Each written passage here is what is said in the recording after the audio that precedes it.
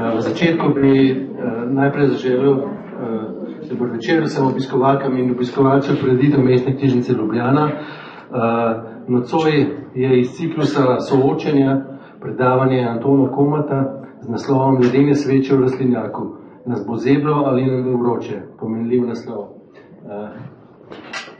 Anton Komat je svobodni raziskovalec, ekolog in publicist, ki v svojih knjigah kritično odslikava in analizira slovensko in svetovno ekološko realnost in nekako skuša postavljati postulate ali nekakšen evolucijski manifest življenja, ki bi lahko bil osnova našega fizičnega preživetja in bivanja v 21. stoletju. Spregovoril bo o vlogi etične znanosti v sodobni družbi, moči korporativnega kapitala ter moči političnih in drugih ideologij, ki v spregi z oblastjo s pomočjo dogem in cenzure ogrožajo sodobno demokracijo in človekove pravice. Znanost je iskanje resnice in ne njeno posedovanje. Moč te sprege multinacionalk, kapitala in autokratskih režimov, ki širijo ideološke razklanosti, dogmatizem in strahove, se kaže predvsem v obvladovanju medijev, javnega mnenja ter zlasti v promociji nebrzdanega potrošništva in generiranje umetnih družbeno-političnih konfliktov. Posledica vsega tega pa je degradacija našega naravnega okolja in negotova prihodnost, s katero se sooča celotno človeštvo. Me veseli, da nas je čedalje več, ki nam ni vseeno, kakšno je to naše okolje, kaj počnemo v naravi in kakšna bo usoda naših otrok. Tako, zdaj pa kar predajam besedo, Anton. Hvala lepa organizatorju in hvala vam za obisk. Se bom potrudil, da bo to naše srečanje čemu zanimivo. Kaj ne rečem, današnji dogodek se umešča ravno med dva dogodka, ki se trenutno odvijata v Švici. Torej, prejšnji teden se je zaključil v petek, torej ta petek zadnji zdaj, ne?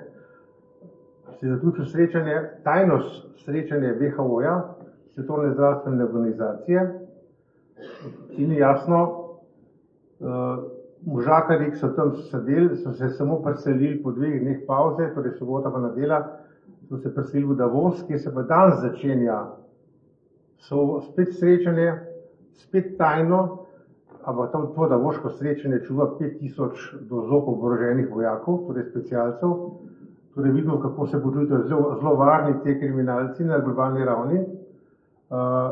Vse skupaj je bilo v Švici, razdalje je nekaj 10 ali pa 100 km, niti ne vem, koliko je razdalja, ne, med Cirihom in Davosom. Skratka, sračje gnezdo je na delu, mi pa tudi. Ampak mi nismo sračje gnezdo, ampak smo tisto, kar pelje človeštvo v neko bolj prijazno prihodnost. Torej, jaz bi za uvod prebral eno zelo prenesljivo misel znamenitega astrofizika, astronoma, tudi biologa in pisatelja Carla Sagana, in bom prebral, ker je malo daljša. Misel je pa zelo povedna za današnji čas. To je Carl Sagan napisal leta 1996. Če ne moremo postavljati skeptičnih vprašanj znanstvenikom, zasliševati tistih, ki nam govorijo, da je nekaj res, biti kritičen do tistih, ki so na oblasti, potem smo na voljo za naslednjega šarlatana, političnega ali verskega, ki bo kljusal na okolje. To je en izjemnih znanstvenikov svetovnega formata. Mislim, da je ta njegova misel izjemno aktualna za današnji čas, ne, kjer je znanost zašla v čudne vode, torej v vode neke demagogije, da ne reče kaj hujša, torej dogem, postala je dogmatska, kot je bila osnovna statusa, osnovna teza religije. Ne.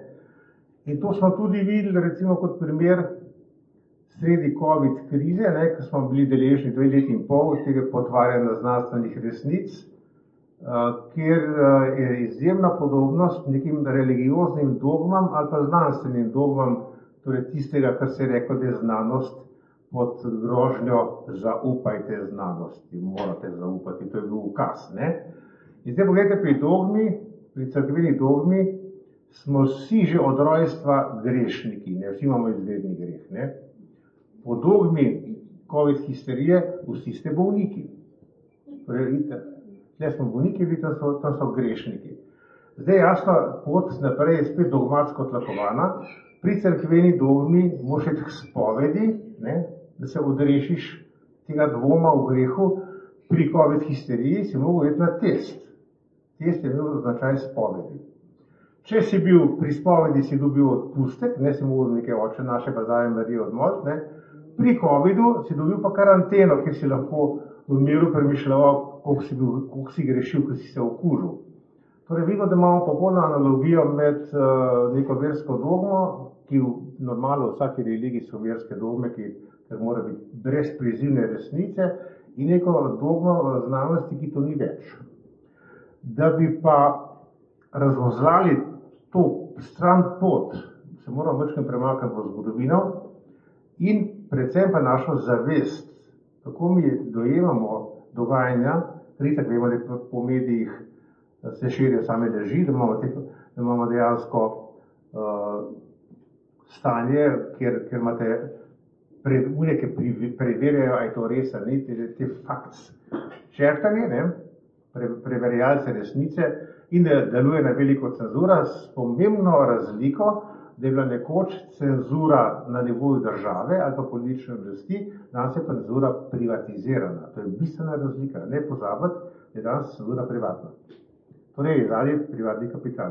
In potem, ko bomo videli, kako se je znanost razvijala do te deviacije, kamor je padla danes, ne bo morske precej bolj jasno, kaj se dogaja v svetu. Kot prvo bi začel s tem, da je že Descartes kot filozofski utemeljitelj sodobne znanosti, pa Bacon, njegov sodobnik, sta zapovedala, da je dvom metodično načelo. Torej, znanosti ni, če ni dvoma. Znanosti ni, če ni razprave. Znanosti ni, če ni pro et contra. Če nimate teze in hipoteze in kontrateze, to je bil napredek vedno, če so te borbe potekale to je bil ta napredek znanosti.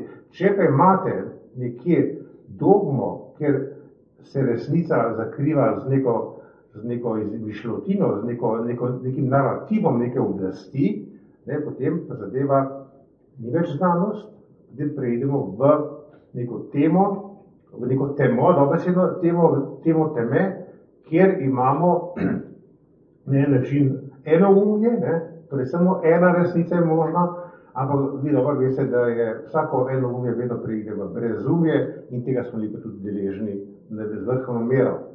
Torej, če začnem z eno veliko mislijo znamenitega Alberta Einsteina, ne, ki pravi takole, zavest, ki je ustvarila problem, ni sposobna tega problema rešiti. Da bi pa lahko zavest spremenili, moramo začeti pa tudi mi drugače razmišljati. In zdaj bi dal tukaj primer neke znamenite stare zgodbe, verjetno jo poznate, pa ne nič hudega, in zgodba se imenuje zgodba o 18. slonu.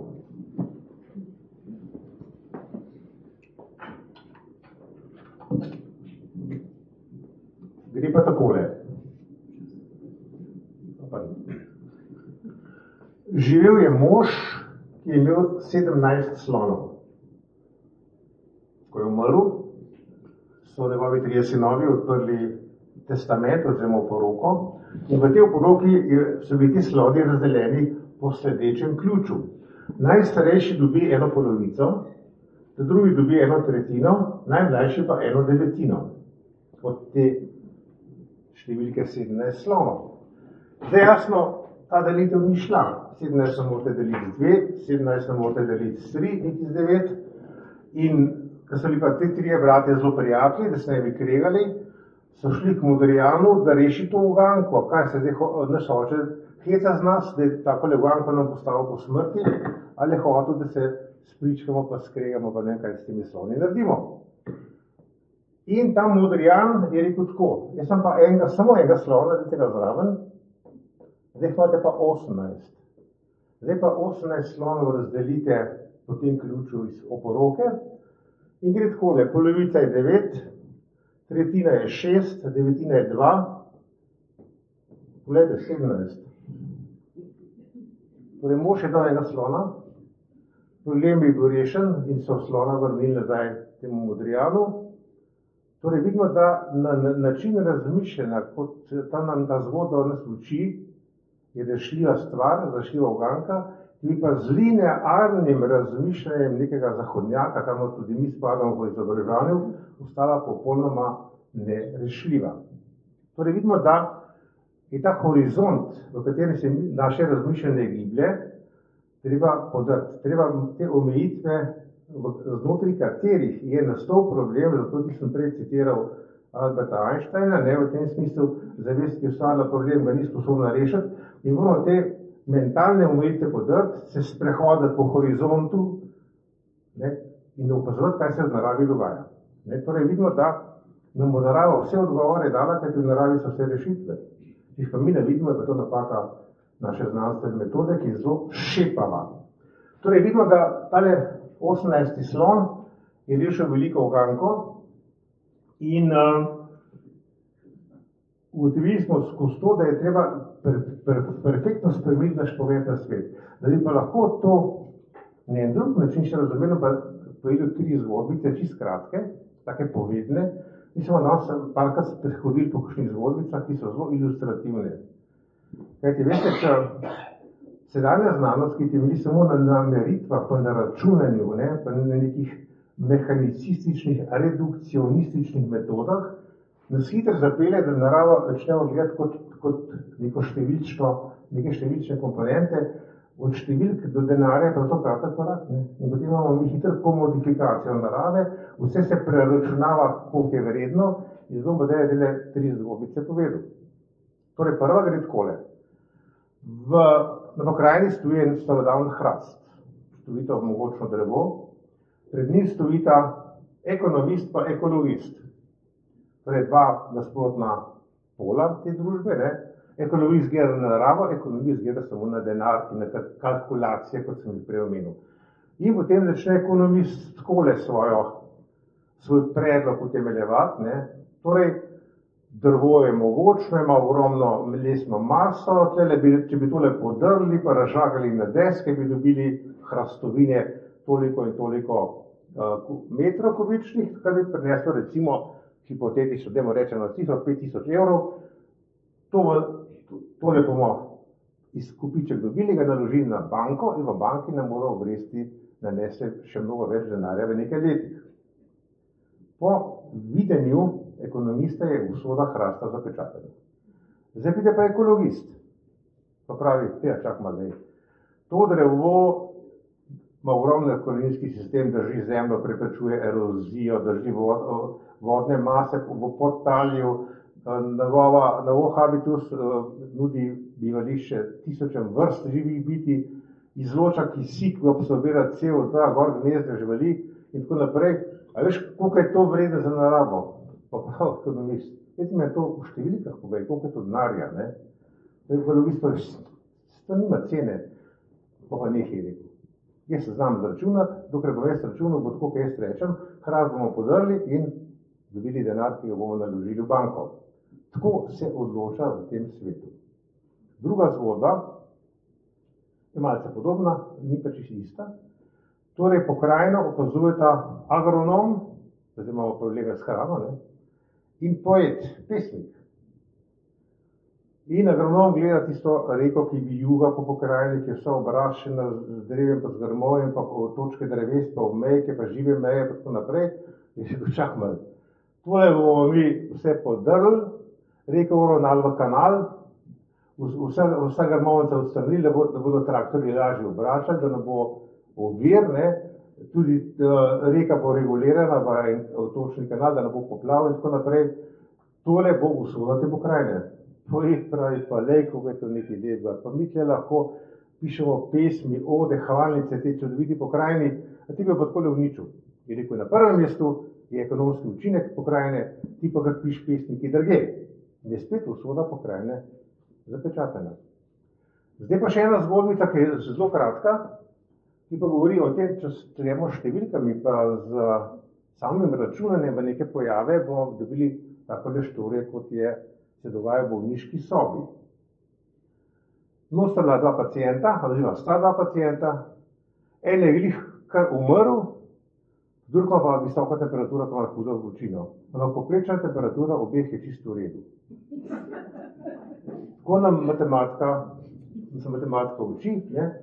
Torej stanje je v redu, tudi pač, kaj smo zdaj, ne? Matematika je tako pokazala, tole moramo verjeti in gremo naprej. Vidimo tole, da se tle so te take štorije, ki nam govorijo o stranpoteh. Bom pa še eno povedal zgodbo o znamenitem filozofu Karl Raimund Popper. Pa on je bil filozof, ki ga meni maral. Ne zahod kapitalističen, ne vzhod, takrat je on živo, ne, čeprav je dobil na koncu mesta častnega profesora, častnega doktora na Oxfordu. Enfant terrible je bil on, ampak on je postavil fenomenalno teorijo, kako bi bilo treba raziskovati naravo, kako ne bi znanost delovala. Glejte, tu gre pa takole.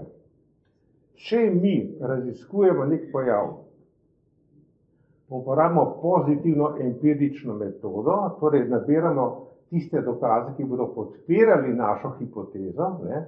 Naberemo samo tiste, ki bodo podpirali, nekaj pa ne bi slučajno, jih pa zanemarimo, jih pa ne upoštevamo, ne?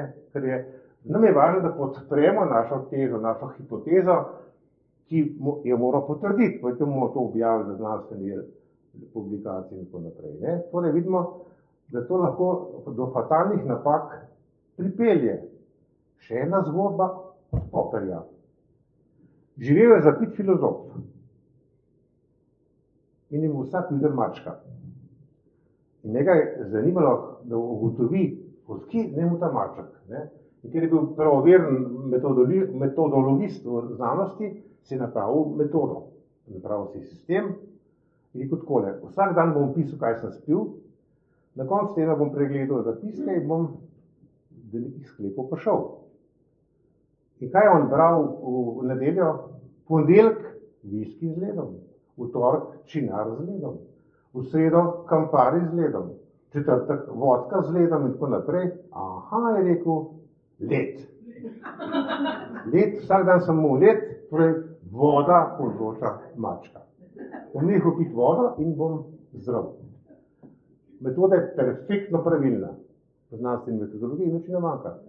Najdeš najmanjši skupni imenovalec, se štima in potrditev hipoteze imaš. Torej, mislim, da noben ne bi šel v to smer, kot je šel zapiti filozof, da se pozdravi. Torej, vidimo, da nakratko so bile tri take prispodobe, ki krožijo v teh sferah, da se neke stvari pojasnijo. Ne, to je recimo tak primer. Druga stvar je recimo, če gledamo sam razvoj znanosti, ne, kako se je ona začela. Zavest, ki je ustvarila problem, ni sposobna tega problema rešiti. Ne. To ne bo skozi moto danes. Torej, Descartes je rekel, dvom je metodično načelo. Vedno moramo dvom. No, in zdaj, ko se je znanost začela, nekako posebej ste v srednjem veku, nekako smo imeli te prve zametke v renesansi, pol kasneje z razsvetljenstvom, sta se pojavila dve frakciji mož. Možje v belem in možje v črnem. Kajti Descartes je potegnil meč tega dualizma, ne, in je presegel človeka na pol. Na telo in na duha. Telo so prevzeli možje v belem, duha možje v črnem.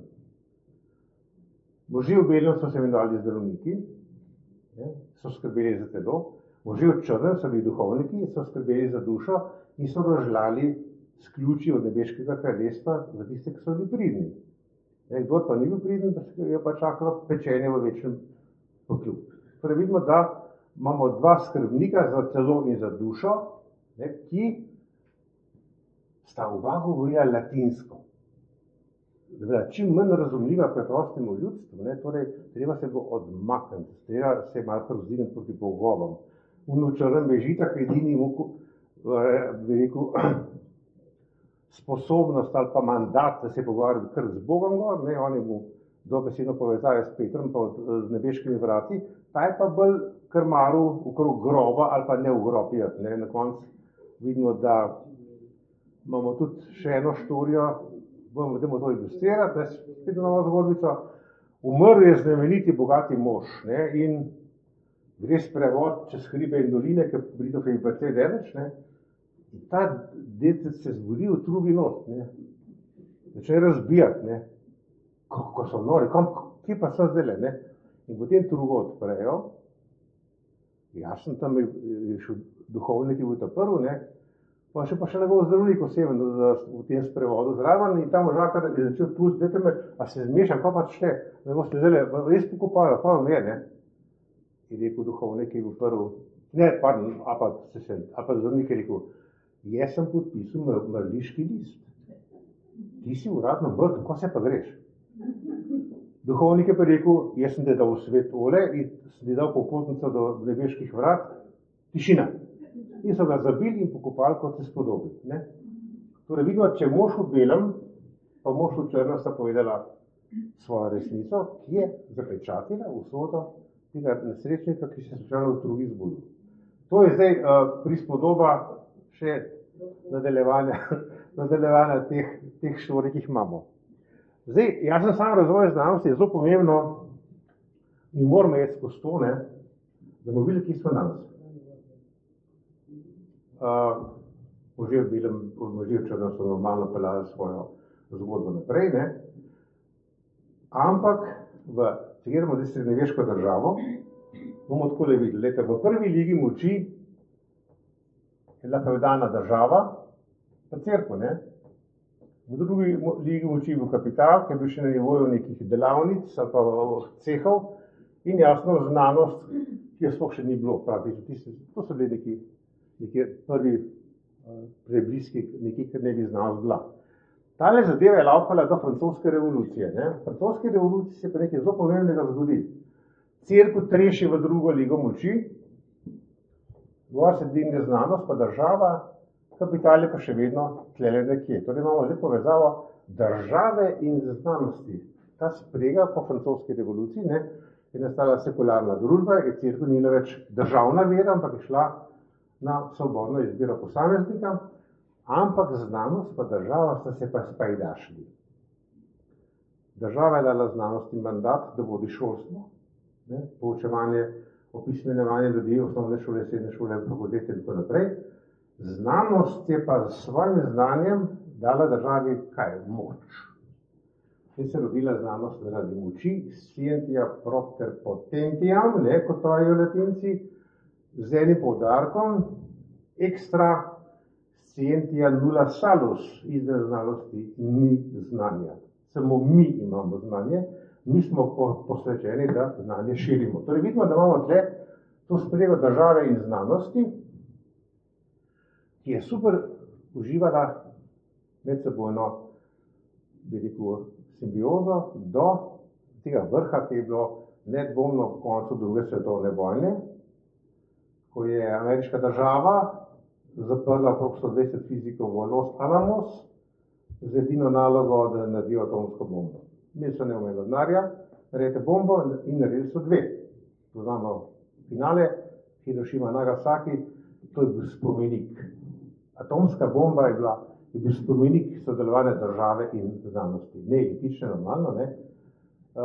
Kajti iz tega smo se nekaj naučili, ne. Ta znanost zaradi moči nosi tisto sporočilo, da smo se ranili še z vsakim orodjem, ki smo ga skovali. Ne? Torej vsaka iznajdba, vsak izum je bil najprej orožje, šele potem orodje. Najprej smo naredili atomsko bombo, šele kasneje atomski reaktor za elektriko proizvajati. Najprej smo naredili reakcijskega lovca, Messerschmitta, ki so Nemci naredili.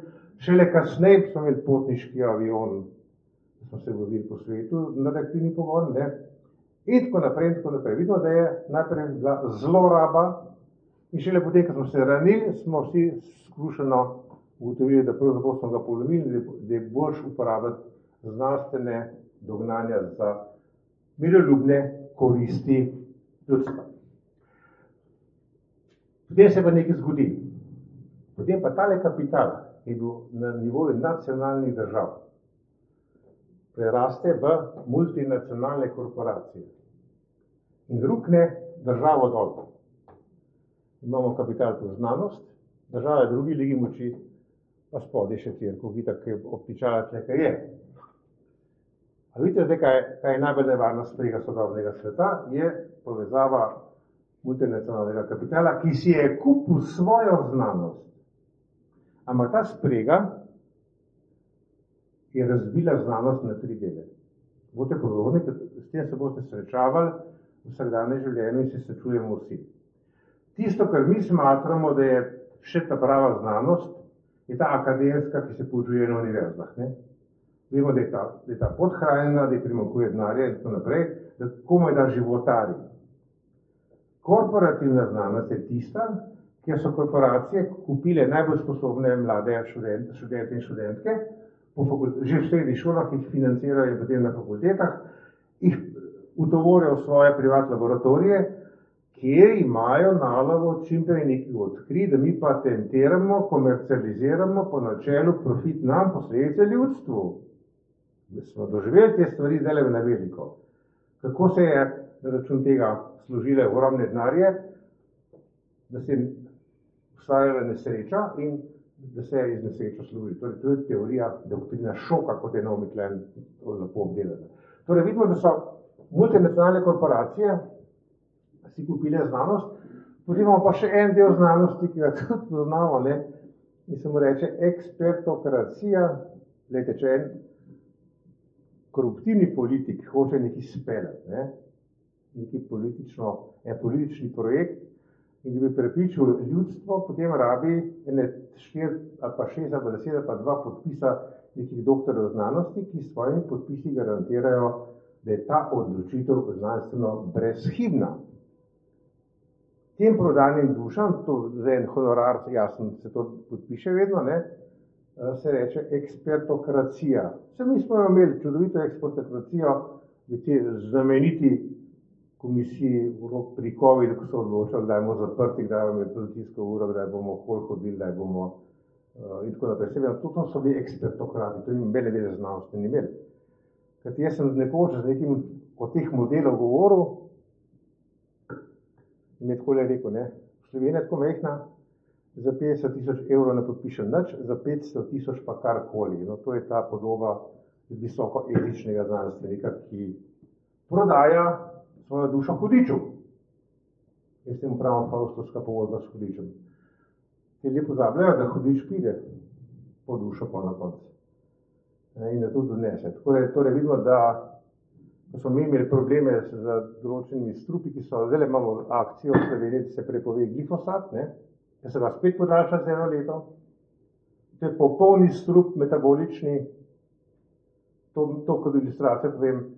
To je registriran kot antibiotik prvotno. Torej vsako škropljenje s tem strupom po zemlji pomeni totalno uničenje vse flore in faune, torej je prst mrtva. Poleg tega je kancerogena snov za človeka, poleg tega je metabolični strup, ki blokira šikimatne nisva sintezi rastlin, torej se ne sintetizirajo aromatske aminokisline in določeni alkaloidi, ki so zdravilni, in ogromno aktivnih snovi se sploh ne sintetizira, torej strup, ki ga v Sloveniji polijemo 12 ton letno. Jaz sem tem gospodom rekel, a lahko mir spite, da strupate otroke? S tem, da jaz sem tudi povzroča kancerogenezo, ne pa mi, rekel smo jih potem, Slovenija je prva po incidenciji raka v Evropi. A je bila kakšna izredna seja državnega zbora, kar bi mogla biti takoj? To so uradni podatki EU-ja, veste. Statistika evropske govori, da smo mi najbolj obremenjeni za rakovimi obolenji v Evropi. Dajmo se kdaj vprašati, zakaj. S kje izvira ta zlo? Kdo zagovarja to zlo? Zakaj ni ukrepov? Mi smo zdaj v ta četrtek sestanek na Čebelarski zvezi, kjer bomo probali doseči, da se strup prepove, kajti tudi čebele masovno umirajo zaradi tega, ker je to metabolični strup in tako naprej. Skratka, vidimo, da se ukvarjamo s stvarmi, ki so popolnoma nepomembne, so polni mediji teh laži in sranja in teroriziranja, namesto da bi bistvene stvari začeli rešiti. Vse, ki samo premaknili na klimo, boste videli, kaj je zadnji. Bom samo en glavni moto povedal, če bi tako izdelali, to so leta raziskave so pro et kontra, je danes je moj cilj samo eden, da odprem možnost, da se sploh začnemo o tem pogovarjati. Ne, da je cenzura. Ker družba se mora odprti, mi se moramo o teh stvarih pogovarjati, ne? In ker obstajajo tudi druge raziskave po svetu, na tisoče raziskav, ki niso predmet cenzure, ne? In bom samo povzetek, no takole rekel, če tako jutri nehamo vse fosilna goriva kuriti pa uporabljati, ne bomo nič naredili pri klimi. Kajti deformacije klime so normalne cikli in v največjem vplivu je to, ker smo uničili z našo tehnologijo homeostazo planeta Zemlje. Torej, ekosistemi niso več sposobni regulirati tega sranja, kar ga mi delamo. In tukaj CO2 nima čist nobene veze s tem, kar se dogaja. Kajti CO2 je tako politični projekt, kot je bil COVID.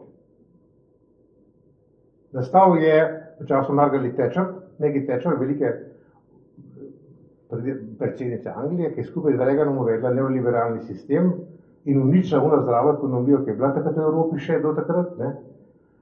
Što se bi potem, da je tam v igri vojna proti rudarjem. Ne, če to veste, kaj se je dogajalo, torej jedrski lobby v Angliji ima ogromne denarje in je želel, da se rudniki premoga zaprejo, da se termoelektrarne zaprejo in da se energetika prešalta na jedrske elektrarne. To je projekt. Da pa ti lahko zapreš rudnike, se moraš pa znebiti rudarjev. Rudarji smo pa zelo močni sindikate. In ta boj z rudarji traja več kot leto dni. No, in medtem je jedrski lobby financiral to kampanjo zapiranja rudnikov, ne? In jasno, znotraj tega je bila naloga, da najdejo en uržah, in ta uržah je bil kurjenje premoga, je CO2, je ogrevanje planeta. Tako se je rodila planetarna klimatska kriza. Čist politični projekt. Dokumenti obstojeno, dokumenti so razkriti, zadeva se je začela takrat, ko je Maggie živela in je potem zadeva prišla v te vode, kjer smo danes. Torej, če zdaj gledamo,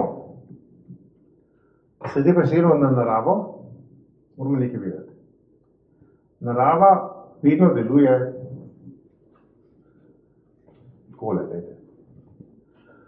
Vsi parametri, ki v naravi nihajo, pa naj si bo to naše telo, ali naj si bo to ekosistem, pa naj si bo to živa ali neživa snov, ker tukaj ni nobene razlike, sistemska teorija ne priznava nobenih razlik med živo in neživo snovjo. Vsi parametri nihajo in pri tem nihanju velja načelo homeostaze. Kdor je to malo poznala, v recimo homeostaza so medsebojne povratne zveze, a so negativne ali pozitivne, ki držijo ta nihanja v enem pasu. Ne? Če homeostatski mehanizmi se zrušijo, potem nihanje začne eskalirati in se raztrešči, to dinamično ravnovesje pade in dobimo kaotično gibanje. In glejte, če je to v naravi, ta dušenje tega, da ne pride do ekscesov, v planetu Zemlja delajo v glavnem rastline. Rastline so temelj sistema, planetarnega sistema, kjer se neživi, tako imenovani neživi svet in živi svet zregulira v neka nihanja, ki bomo pol spoznali. Kajti šli bomo iz geološke zgodovine, kajti geološka zgodovina je tista, kar nam odpre oči. Ne tisto, kar zdaj 10 let, 15 let, 20 let merijo, te brez veze. Ker vi pri meritvah lahko uporabite karkoli, ne? Nekaj parametre ne upoštevate, termometre premaknete, vsi pa to, ko imate vi računalniške modele, v računalniškem modelu ti kar ustavaš ven, če nekaj ne ustavaš, bo rezultata ven. In lahko poljudno friziraš output pa input s tem, da narava nikoli ne deluje digitalno, narava deluje analogno.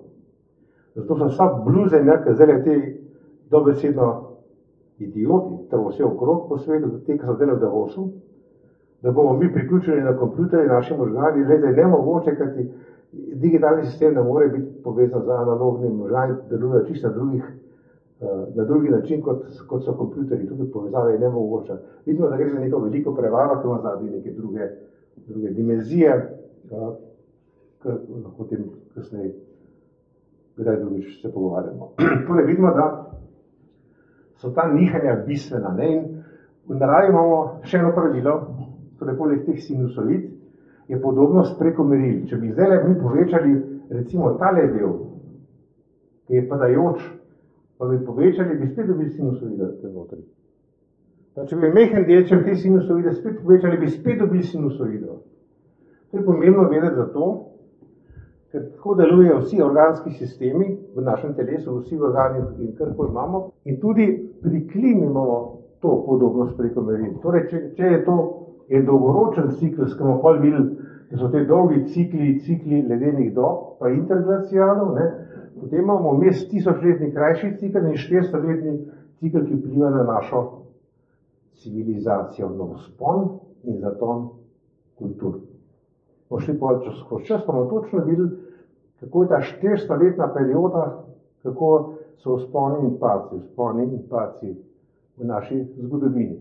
Torej vidimo, da ta podobnost preko meril se pojavlja recimo tudi v razvoju živega sveta. Imate bakterijo, recimo, bakterije živijo na tem planetu že skoraj 4 milijarde let, ničkrat manj, 3,8 milijarde let. In v njihovem drobcenem telescu so vse funkcije, kot jih imamo mi, ko smo mnogo celična bitja, ko imamo nekako 500 milijard celic. Torej, vsaka bakterija ima vse funkcije, ima kompletno fiziologijo, ima kompletno presnovo, ima kompletno dihanje, ima razmnoževanje, ima genetsko zasnovo, ima deljenje, ima vse te funkcije, ki so pa nas na organski ravni, ima bakterija noter v tem svojem drobnem telescu zakodirane in se reproducirajo na njih.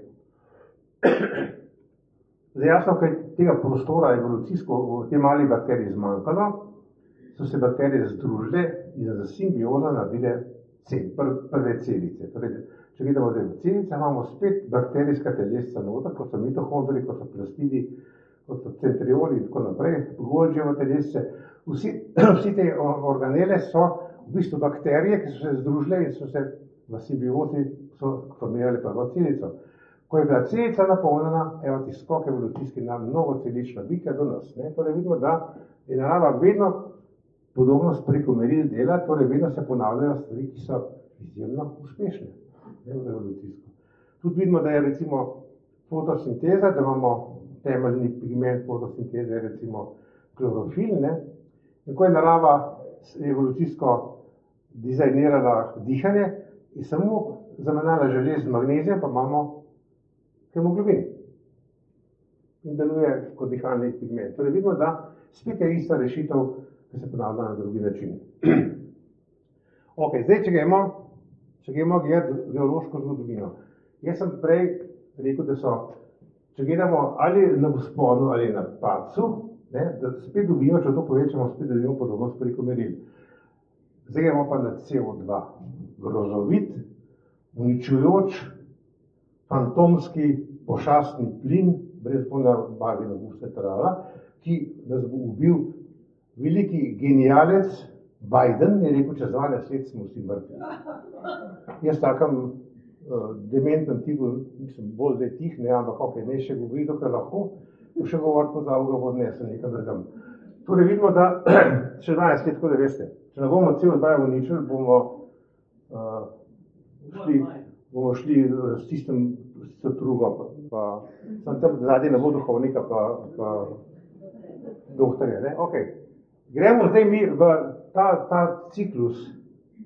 Torej, gledajte, kot zanimivost. Geološka zgodovina nam bo odprla oči na stežaj. Kaj se je dogajalo v zgodovini Zemlje? V času nastanka prvih bakterij, tam 3,8 milijarde let, je bilo v zraku, v atmosferi takratni, med 70 in 80% CO2. In to je trajalo kar nekaj cajta, ker to pač je bilo. In ta CO2, na koncu je planet pred 700 milijoni let, je došlo do neke staze in je cela Zemlja bila v oklepu, ledenem oklepu. Snowball Earth, po latinsko. Zemlja kot ledena krogla. 700 milijonov let nazaj je to bilo, ker to vedno traja 10 milijonov let, In so sceno vulkani rešili, ko se je za pritiska ledenih plošč, so vulkani izbruhnili, vedno so vulkani reševali. Kajti Zemlja ima tendenco, da zmrzne, pa se lih obratno. Ta planet rešuje življenje, da ne pomrzne. In takrat so vulkani rešili, ker je počela skorja, vulkani so izbruhnili in rodil se je nov svet iz tistih prvih bakterij, ki so najdli ostanke teh živih bitij v Avstraliji, to je fauna Ediacara. To so čisto neka nora posebna bitja kot drugega planeta, ki so živela nekih 70 milijonov let, pa se to so ogromni časovni eoni. Potem je pa do nove zmrzali, torej nekako pred 550 milijonov let imamo drugo poledenitev, spet je snežna kepa, ratala Zemlja in spet vulkani rešijo zadevo, življenje pa komaj da preživi. Ta svet Ediacare, teh bitij nenavadnih, je popolnoma izumrl. Preživele so samo bakterije. Ne? No, na srečo so najdli fosilne ostanke, tako da so videli, kako je ta svet takrat izgledal. Torej, pri 70% CO2 je v atmosferi, ki je bil globalno ogrevanje. Ni moglo biti v fazi Venere, ne? Smo pa zmrznili. Torej, planet je pomrznjen, pa 70% CO2. To je malo čudna zgodba, glede toplogrednega plina, ki ubija nas in ta svet. No, zdaj bomo šli pa skozi zgodovino, biološko, da boste videli, kako je ta CO2 v tej sinusovidi, kako skozi pada. Toda od časa, ko so našli mehurčke zraka v sedimentih, ne, te mehurčke zraka so ujeti v sediment, lahko analizirajo v moderni laboratoriji, tako da lahko zelo natančno ugotovijo, koliko je bilo CO2 v kakšni od teh atmosfer. Zdaj se bom povsedil, ker bom prebral nekaj podatkov.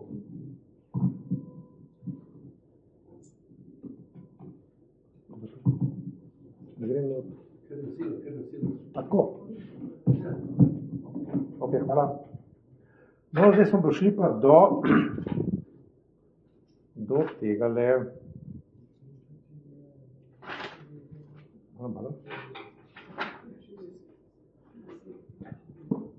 Ok. Tehnično opreme gor.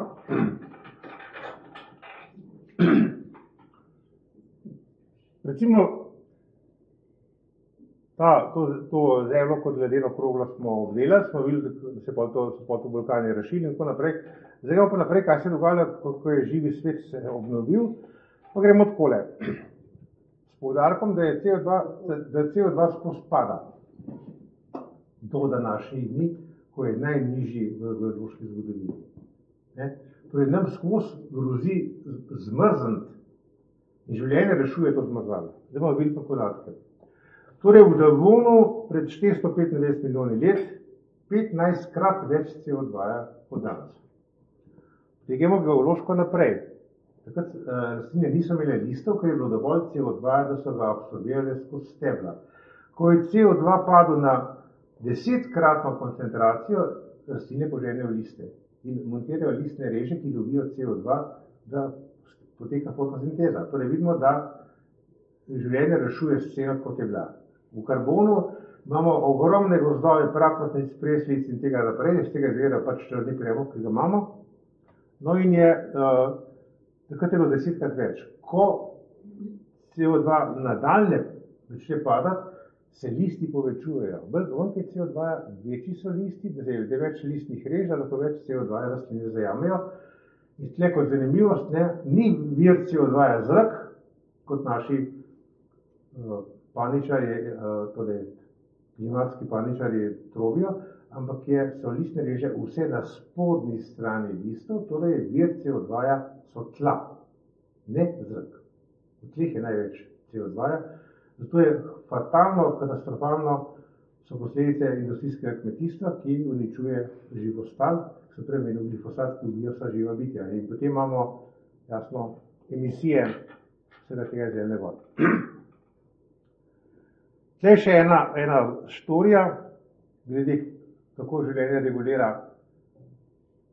te atmosferske pline. Recimo v karbonu, ki sem prej rekel, da je 10 več CO2 kot danes, je kisik narastel na 35% v atmosfere, danes ga imamo na 22-23 In to, koliko kisika je pomenilo, so lahko žuželke bile večje. Takrat imate orjaške ščurke, orjaške kubice, orjaške slonove, vse to, kar je te favne, so giga, mega velikosti napram današnjim ostankom tega. No in potem se pa zgodi, da v Permu, ko pride do katastrofe, največjega izumiranja v biološki zgodovini, kisik pade na 15% in pride do asfiksije oziroma pomanjkanja kisika in jasno do masovnega izumiranja. Potem se pa dogaja nekaj zanimivega, recimo, kako spet vulkani delujejo na atmosfero. Torej, ob koncu Triasa imamo dinozaure, tam 1,10 m, 1,20 m velike, to so mehni stvori, dirkajo gor pa dol, ne. Cel kontinent je bila orjaška Pangea, velik prvi kontinent. Izbruhne vulkani, Pangea razpade na množstvo kontinentov, kaj se zgodi, voda para, to podnebni učinek vodne pare, ne CO2, ker CO2 je posledica tega. Dinozauri imajo kar enkrat ogromno hrane, evo ti kolose orjaške, 20, 25, 100 ton, 150 ton težke pošasti, živijo juri kolovratnih po planetu in dinozauri vladajo temu planetu 150 milijonov let, paste številke. Tukaj jih ni ukončal meteorit ob koncu krede, ne? Ampak še ni konc. Torej, orjaške živali so bile posledica ogromnega prirasta biomase vegetacije, ne? Obilje hrane, topla klima, imamo gigantizem živali, potem je jasno spet CO2, ki niha skozi gor pa dol, ampak trend je dol, ne? Torej, nazadnje smo ga zmerili 10-krat več, ne, v karbonu. Potem se pa zgodi še eno otoplitev v eocenu, prek 40 milijonov let, spet vulkani otoplijo z vodno paro kontinent in imamo mega tukaj sesalce. Ostanki teh orjaških sesalcev so današnji nizki konji ali pa sloni, ali pa to je ta ostanek te megafavne, ki ni izumrla, večina drugih so pa izumrli. Torej vidimo, da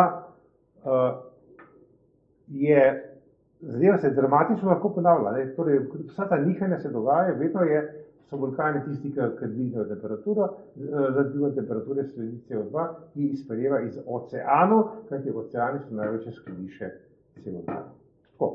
Potem pride pa še ene zelo zanimive permutacije. Torej, nekako v času miocena, to je nekako 6 milijonov let nazaj, ne, se je spet en velik padec CO2-ja, ki je njihov gor pa dol, kot vedno, ne, in se dogaja neka mutacija, torej trave se začnejo širiti na račun gozdov. Trave so evolucijsko razvile nov tip fotosinteze, tudi C4, in so se začele silovito razmnoževati, zaradi pomanjkanja CO2-ja so se krčili gozdovi. Imamo potem ta niz, ki je danes zelo pomembno, da veste, imamo niz gost, travne površine, pa puščava. Če CO2 je več, je več gozdov, če CO2 je manj, je več trave, dokler ni na koncu, če ga je čist malo, imamo samo še puščave. Torej vidimo, da vegetacija emitira in obenem se prilagaja na situacije, kot je. Zdaj se bomo preselili, pa mečkam že bližji, ne bodo več milijoni let tok, ampak je nastanek ledenih dob, to je nov pojav bil v zgodovini Zemlje, pred nekako 3,6 milijona let se rodita pecelj med Severno in Južno Ameriko. Prej je bil vmes pretok oceanske vode iz Pacifika v Atlantik, ne? Ko se pa ta pecelj zapre, sta pa oba oceana ločena. Imamo posebno cirkulacijo v Atlantiku in posebno cirkulacijo v Pacifiku. Tle se rodi zalivski tok, ki ta anomalija zalivskega toka, ki je lahko niha gor pa dol, povzroči zelo hitro nastanek ledenih dob v severnem delu Evrazije, torej v evropskem delu in tudi v delu Severne Amerike. Torej vidimo, da ledene dobe so nastale šele, ta cikl teh ledenih dob je nastal šele po letu, po 3,6-3,5 milijona nekak let nazaj, ko se je zaprl ta pretok voda. Zdaj bi lahko dal naprej, zdaj bomo šli pa na tole štorijo. Nekaj od teh dogodkov je pojasnil Milankovič, znameniti Ja, je pojasnil Milanković, znameniti Srb, ki se je s tem ukvarjal. Torej, on je pač tri parametre izračunal, torej ekscentričnost tirnice Zemlje, ko okrog Sonca potuje, potem jasno nagib zemeljske osi in vrtavka, ko se vrti, niha ta precesija vrtavke, no in je te cikle določil in je izračunal, da je povprečen cikel ledeni dobi je 100 tisoč let, vmes je pa nekje 10 do 15 tisoč let interglaciala, torej med ledene dobe. Torej od 3,6 milijona let nazaj do zdaj smo imeli nekako 34 ledenih dob, paste. V dosti pravilnem ciklu, na 100 let se so gor dol do vstopanja, ampak nekako tak cikl se drži tega. Idemo naprej. Evo, to so ti cikli, to je v bistvu, to se vidite kisikova izotopa, vidimo, kako so praviloma v teh periodah pojavljajo ohladitve, potoplitve. Spet imamo sinusoido. Evo, še en ta podatek na drug način, so nihanja v pozitivo, v negativo, torej, tle se pomikamo proti sedanjem stanju, torej, ker imamo tudi te glaciale pa interglaciale. Ok? To je druga stvar. Ja, počakajmo zdaj.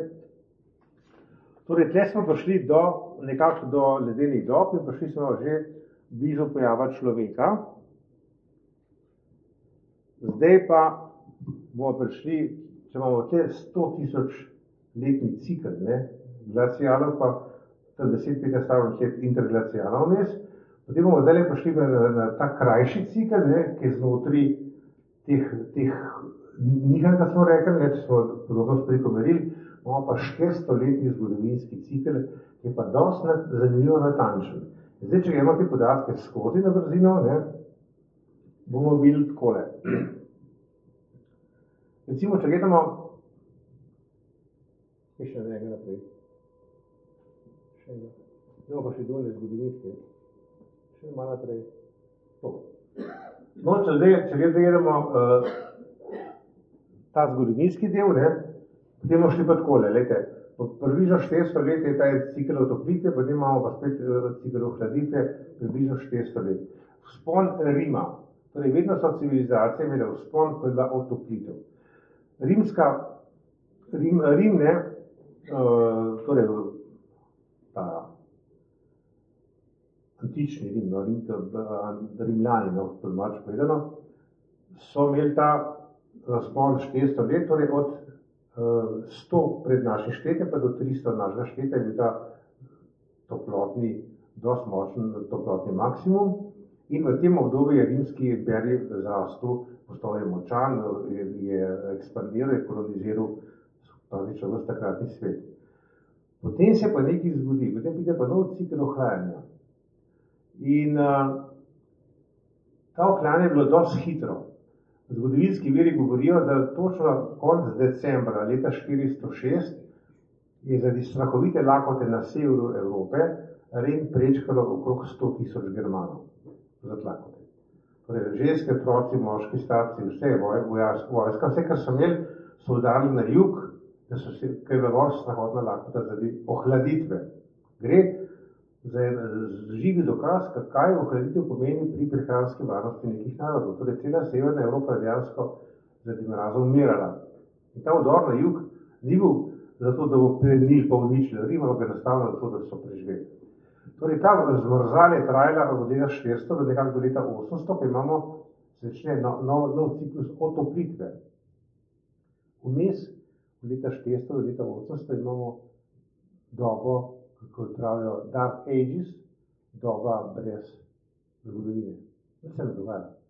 Izjemno hladno je in v tem obdobju se dogajajo take ohladitve, da zmrzne ne samo Ren je zmrznil leta 400, da zmrzne Evfrat v Iraku, da zmrzne Tigris, da zmrzne Nil, da zmrzne en del Sredozemskega morja, to je ta del proti Bližnjemu vzhodu. Torej vidimo, da je bilo orek mraz, ko se temu reče po ljudsko. Torej 400 let, dokaj tam je okrog leta 800 naprej do novega sunga otoplitve in imamo nov razcvet ki traja nekje do leta 1200, to je pa tudi ta razcvet, ki pravimo razcvet gotike. Ne. Evropa ima dve letini praktično. Ne. Izjemno bogatstvo se zakopiči v feudalnih državah, gradnja katedral kot veličastnih spomenikov tistega časa, še danes jih ne znamo narediti, se jih naredili brez posebne tehnike. Ne. Torej, mi naredili vidimo, kakšna ekspanzija je bila enega bogatstva na nivoju takratnega sveta. Zdaj pa najbolj zanimivo, da to preverimo pri vikingih. Vikingi so čudovit primer, ker je zelo ilustrativen. Ne. Torej, nekako so ti rodovi vikingov torej švedski vikingi, ne, iz tega področja Švedske, so kolonizirali v smeri Rusije, ne, sedanje Rusije, torej so došli do Kijeva in še del dol. Danski vikingi so bili bolj krvoločni, so plenili so osvojili Anglijo v bistvu, ne. Je Anglija pada pod njihovo oblast, išli okrog Španije in došli vse do Jadranskega morja. Tudi tle so bili torej danski vikingi, plenilci veliki. Posebno zanimivi so pa Norvežani, norveška plemena vikinška, ki so bila zelo morsko usmerjena in so plula tam okrog Norveške pa dol, ne, ampak niso mogli iti na odprto more, ker je bilo vse zmrznjeno. Ko pride pa do otoplitve, oni že pridejo do prvega velikega otoka, ki je še v ledu in mu pravijo Island. Otoplitve se nadaljujejo. Oni plujejo lahko še tle, kajti more se taja, po domače povedano. No in pridejo do enega orjaškega otoka, ki je pa zelen, mu pravijo Grenlandija.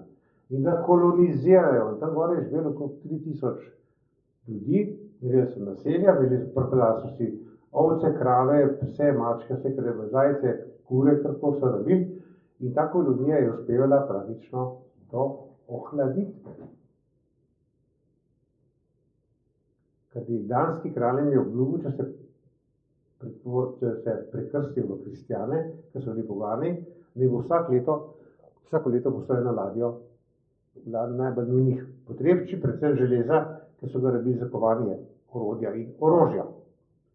No, pa je ta kralj to pozabil na njih malo, ne. Oni so se nekaj časa še vzdrževali in potem jasno je prišlo do ohladitve. Poseka so vsa drevesa za kurjavo, orodja niso več imeli, ker so se izrabili železni predmeti. Naredili so fatalno napako, ker so prekinili vse stike z Eskimi in to zato že v štartu, ko so se tam pojavili, ker so pač dobili neko informacijo, da imajo Eskimi prav plavo kri. In so hoteli probati, če imajo res plavo, pa so ene dva zabodli, pa niso imeli plave krvi, ampak rdečo in potem to je bil zadosten razlog, da so se Eskimi odmaknili in jih pustili tam njihovi usodi. Torej, če bi znali sodelovati, bi jih verjetno Eskimi z nasveti rešili, za čim je pa cela kolonija propadla v grozljivih okoliščinah, niso mogli več izpluti, more je zamrznilo, niso imeli ladij, ker so jih uničili. Še ladje so skurili lesene, ker ni bilo mega lesa več nikjer.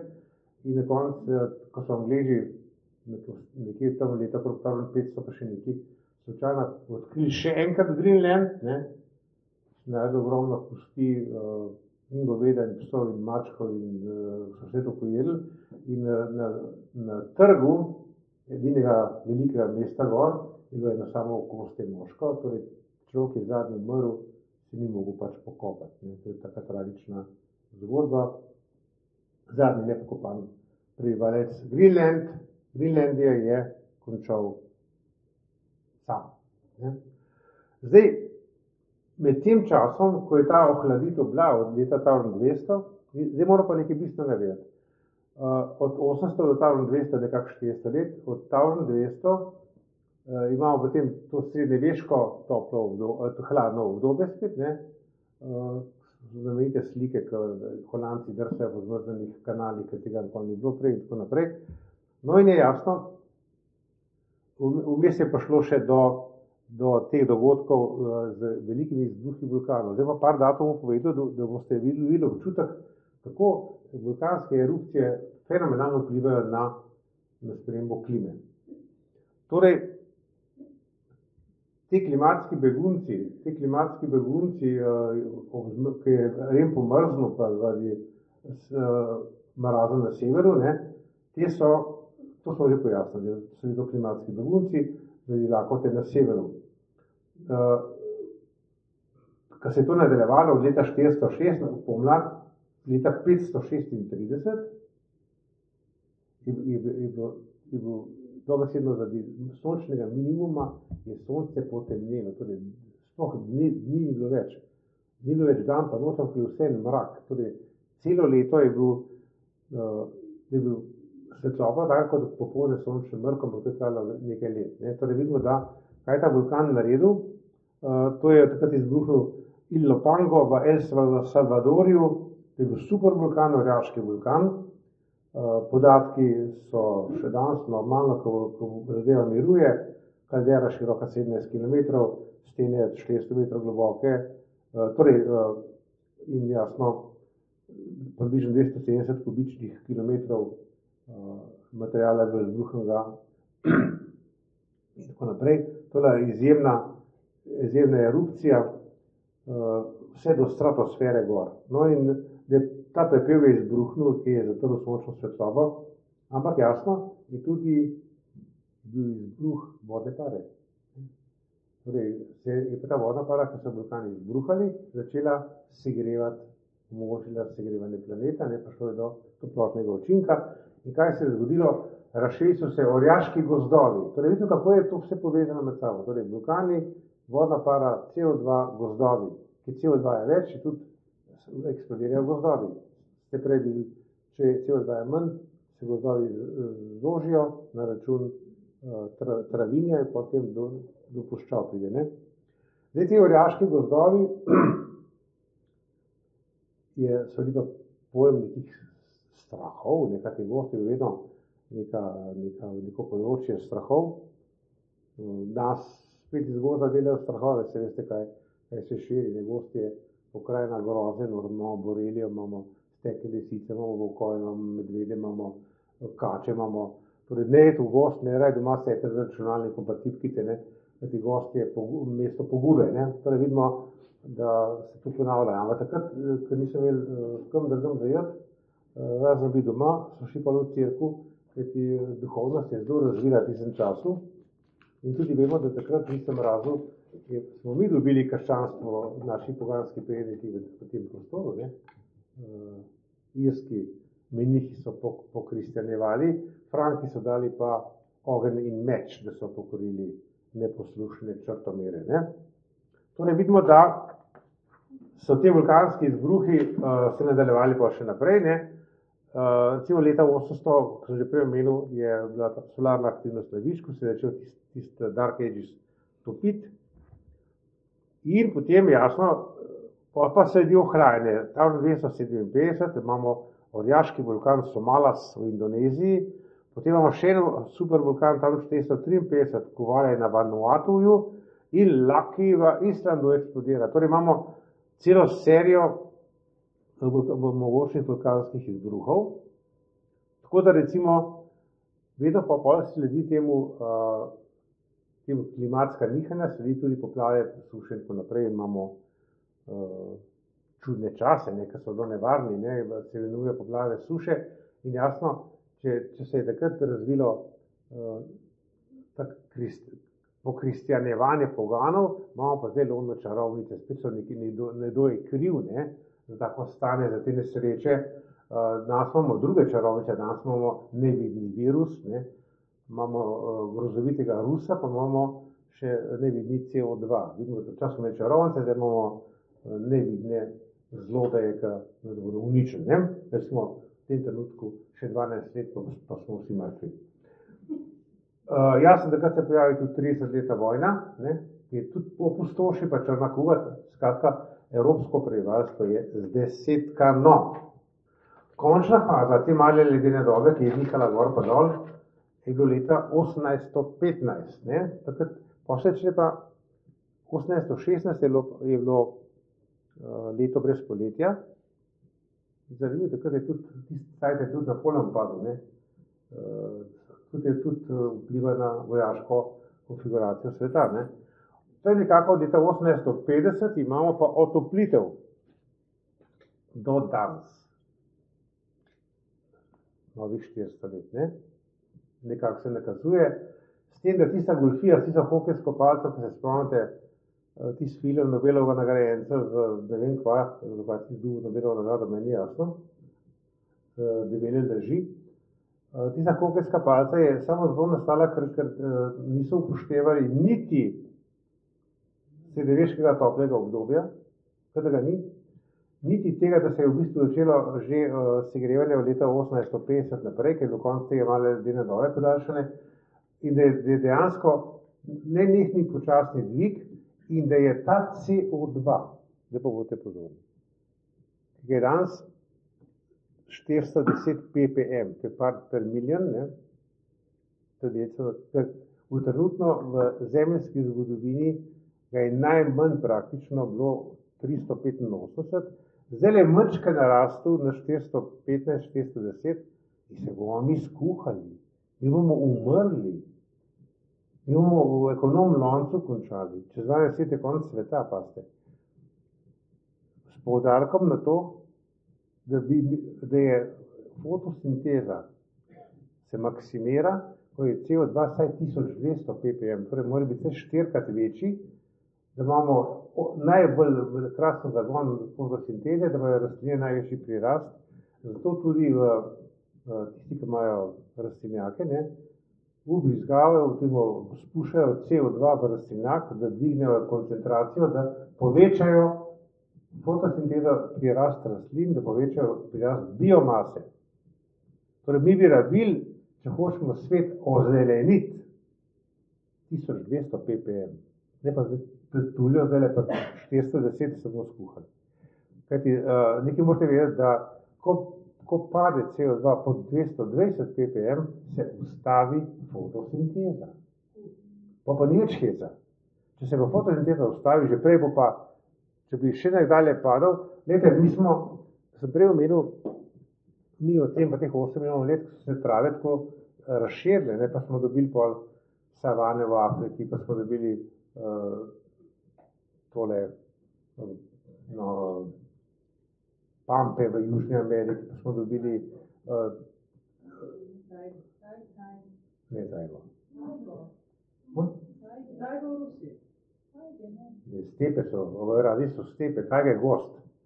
Stepe so v Evraziji, to so travne površine, ok, hvala.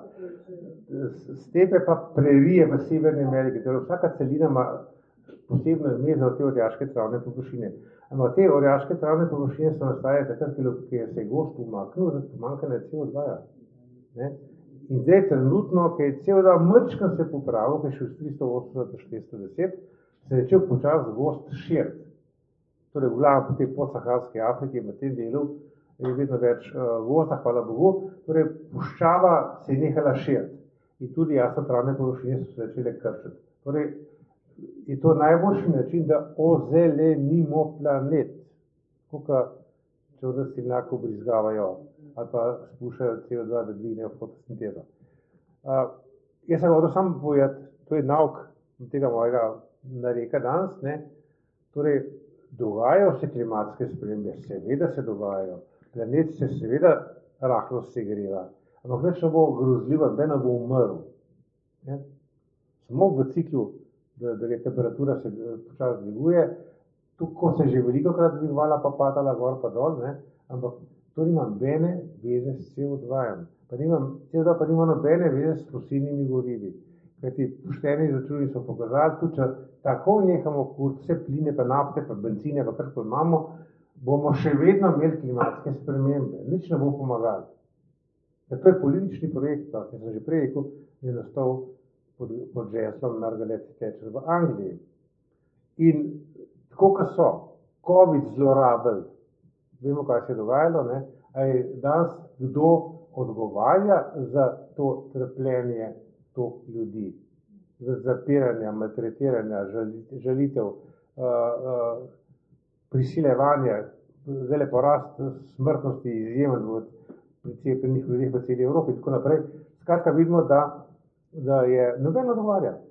In zdaj se pripravlja nov ciklus histerizacije, zdaj bo klimatske spremembe, so že začeli diagnostiko postavljati, umrl zaradi klimatskih sprememb. Pa lepo vas prosim. 3-krat več ljudi umre zaradi mraza, kot zaradi vročine v svetovnem merilu. To so uradni podatki Organizacije Združenih narodov, 3-krat več jih umre zaradi mraza, zaradi pohladitve, kot zaradi segrevanja. Torej vidimo, da vse te bajke, da se bo zdaj še pa takih stvari povedal, kaj nam prinese to, kar imamo zdaj razširjeno v svetu. Mi smo nenehno v vojni. Ste povedali to? Mi smo v vojni proti bakterijam, pa v vojni proti recimo, ne vem, tetanusu, pa v vojni proti holesterolu, pa v vojni proti CO2, pa imamo vojno proti parazitom, pa imamo vojno proti muham, pa proti komarjem, pa proti vsem imamo same vojne.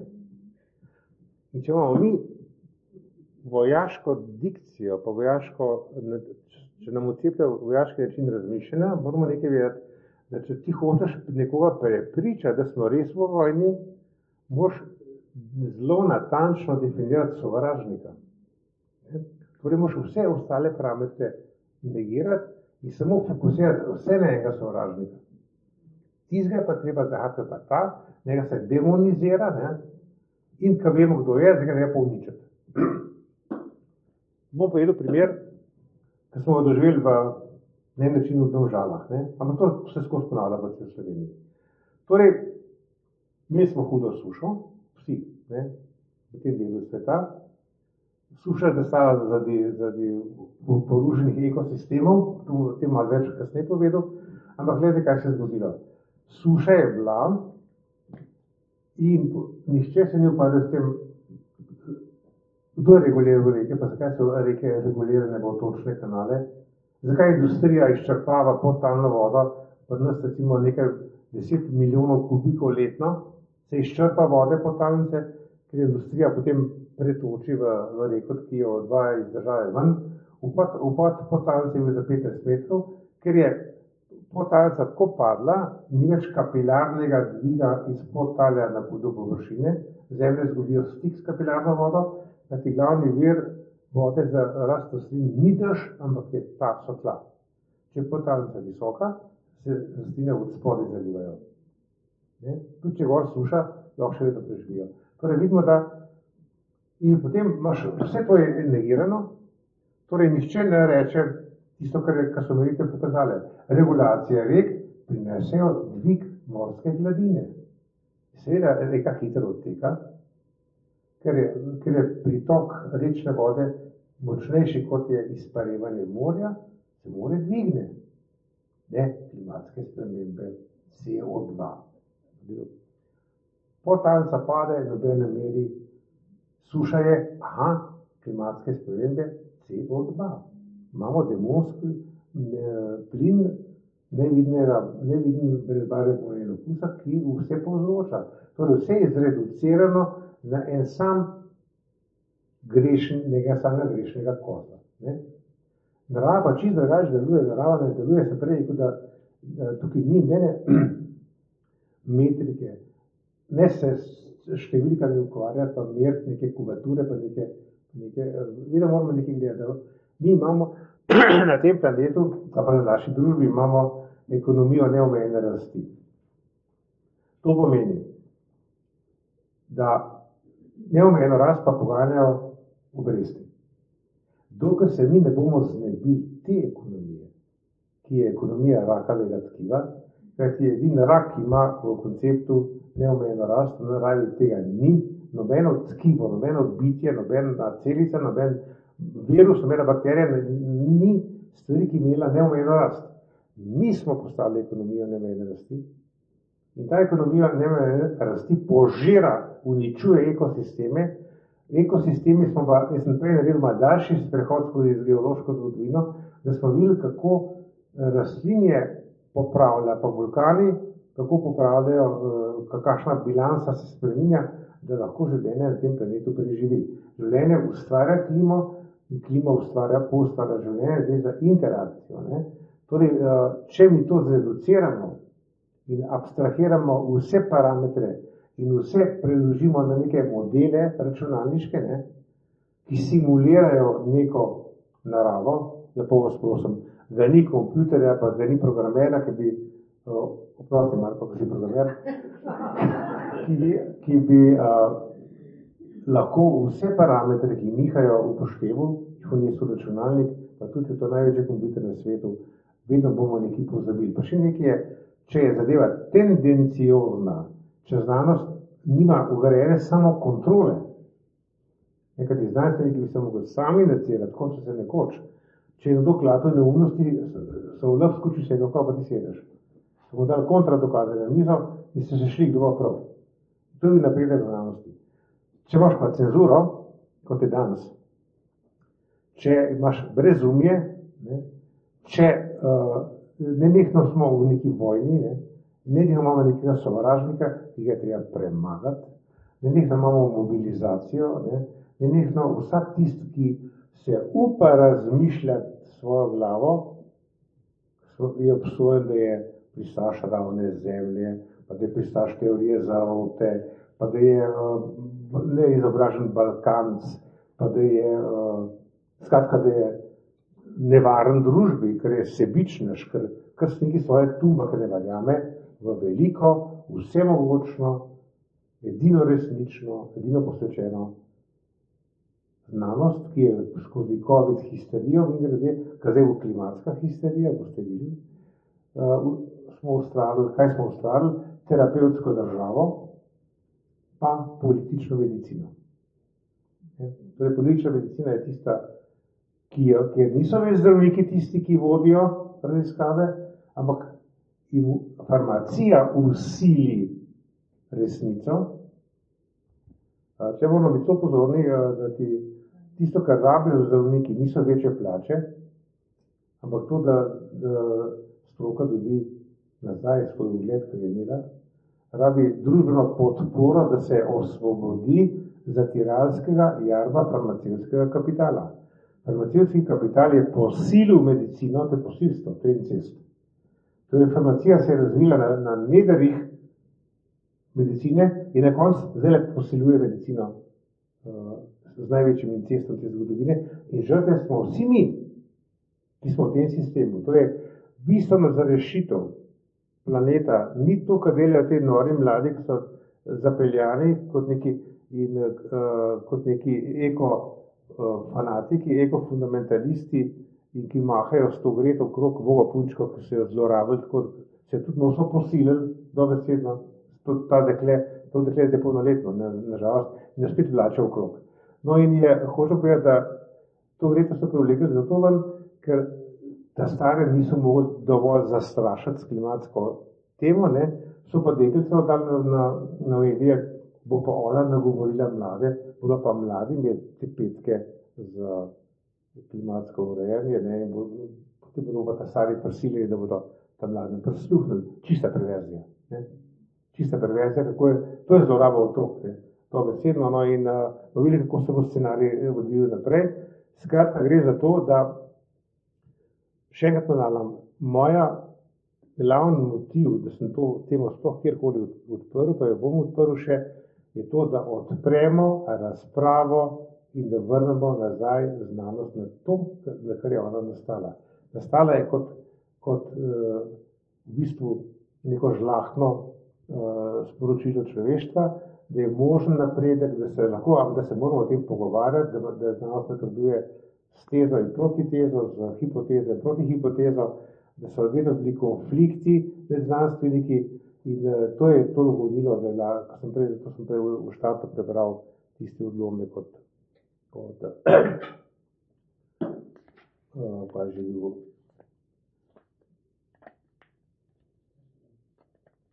Ja, evo, preveč sem odpadel, da sem ogneškoda. No, skratka, gre za to, da je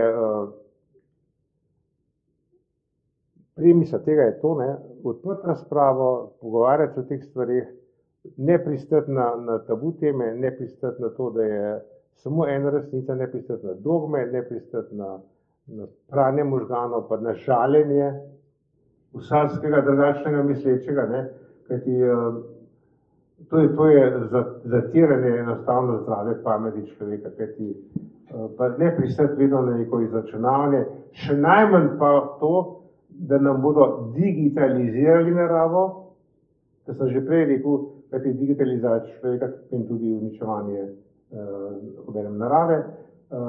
Mi moramo nujno ta ekonomski sistem spremeniti, ker to je ekonomija rakavega tkiva. Rak ubije sebe, tudi sebe ubije, ne samo gostitelja, ne. Torej imamo mi ekonomijo molilca in samo molilca in mislim, da je nujno, da izstopimo iz te norišnice, kajti vse to, kar se reče kot veliki reset, gre samo za eno stvar. In depopulacija in te ostale finte in ta zeleni preboj, ki je popolnoma nemogoč. Vidite pa se dogaja zdaj, ker je ta zima v ZDA so vsi električni avtomobili nemogoče jih vžgati, ne. Ker so porabili pol akumulatorja, da so ključavnice odklenili na vratih, pol pa da so probali vžgati, pa tudi vžgali so avtomobilov. Tako da in je Elon Musk, veliki ata električnega avta, je tretjino delnic že prodal. Torej vidimo, da je koncept električnih avtomobilov zatonil. Vetrnice, ki jih posiljuje po Sloveniji, nimamo nobenih pogojev, ker nimamo stalnih vetrov, lepo vas prosim. To je pravica denarja, nič drugega. En vodilnih nemških energetikov je rekel, da vse vetrnice v Nemčiji so glih toliko pomembne, da se mobiteli napolnijo, več pa ne dajo energije. Torej vidimo, da je to samo način bil, kako rešiti kapitalizem, kajti kriza leta 2008 še ni bila rešena.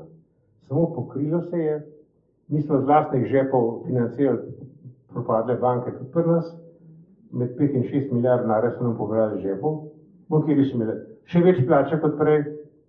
In zdaj, ker se kriza ekonomska nadaljuje, poskušajo ta srajne finančne reševati s tem zelenim prebojem in z zamrznitvijo civilizacije, kar pomeni samo povečan nadzor nad ljudmi, to me več ali manj jasno. Torej, idemo vklopiti zelo razum, tisto, kar pa nas vedno bo rešilo, je to, da s tem bom zaključil, noben tiran v zgodovini ni dolgo večne, ni bil dolgo večen, ni bil dolgo časa, kajti obstoj tiranov je odvisen od njegovih drugega pa tretjega razreda, ki mu služijo. Ko tiranu spodmakneš temelje, izpuhti. Da ni. Noben tiran mora sam vladati in sam terorizirati ljudstva, tirani so lahko samo, dokler je piramida stoji. Zdaj jasno, dokler se denar tiska, se lahko plačuje služabnike ali policijo, da pretepa ljudstvo, pa ga jih poliga z najnovejšo mešanico vode in plinov, ki niso toplogredni, ampak so unika malo izločajo solze. Torej vidimo, da s terorjem se nikoli še ni svet reševal, ampak to je samo dokaz, da jih je tudi cenzura znak strahu, torej če je to suveren. To mi rabimo in moramo povrniti tudi slovenskemu narodu suverenost. Smo mi suvereni kot posamezniki in kot narod in zato rabimo, vidno kar rabimo to, da se povezujemo v skupnost, da se družimo, da se povezujemo, da se pogovarjamo, da peljemo stvari naprej v interesu ljudi. In mi imamo zgodovinske izkušnje, imamo tudi veliko pozitivnih avtorjev, recimo kot je Andrej Gosar in podobnih, ki lahko ta znanja uporabimo. Torej mož, ki je živel prej v Kraljevini Jugoslaviji, velika dela napisal. Imamo tradicijo za družništvo, imamo tradicijo lokalne ekonomije, imamo mrske, imamo zgodovini tega naroda bilo, ker je pripomoglo, da smo preživeli hude čase, ki so se zvrnili nad slovenskim narodom vsa stoletja. Veste, tudi tisti vulkani, ki so v srednjem veku bruhali, pa 30-letna vojna, pa kuga, vse to je bilo tudi tle. Ne veliko, tudi vse te armade, ki so korakale gor pa dol, čez slovenski prostor, so pustile neke vtise in ta narod je nikoli preživel, če ne bi znal sodelovati. Hvala lepa za sodelovanje.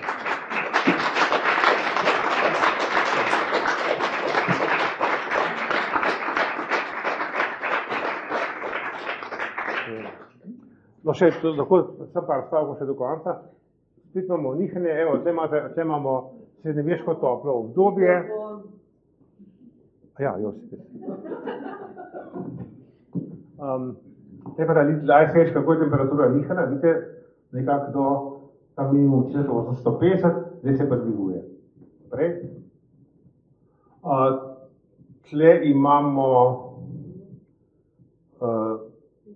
sončne aktivnosti, to je ta cikl sončnih pek, 11 let, vidite, kako skače gor pa dol zadeva, tudi spet je ritem in spet imamo, tle pojav, kaj sonce bolj aktivno, je sončni veter, če močnejši sončni veter, kozmični žarki ne pridejo do zemlje, kozmični, ali pa ven jih pride, kozmični žarki povzročajo pa tvorbo oblakov. Več, kaj oblakov, bolj je hladno.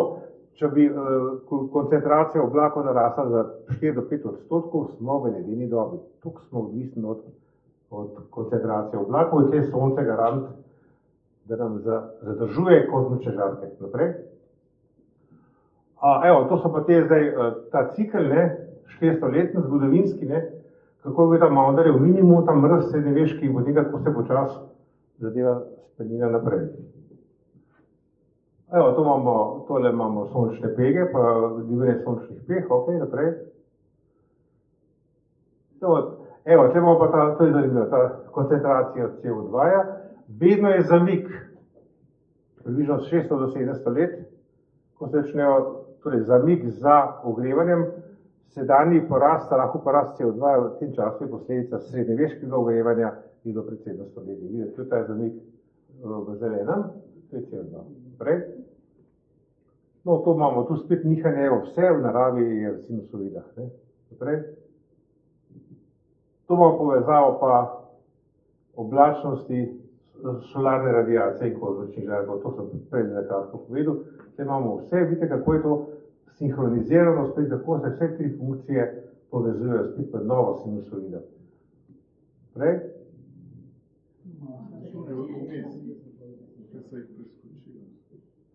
To smo že videli. Kdo je te tabele delal? Kako? Kdo je te tabele delal? To je iz raznih virov. Z več virov narejen.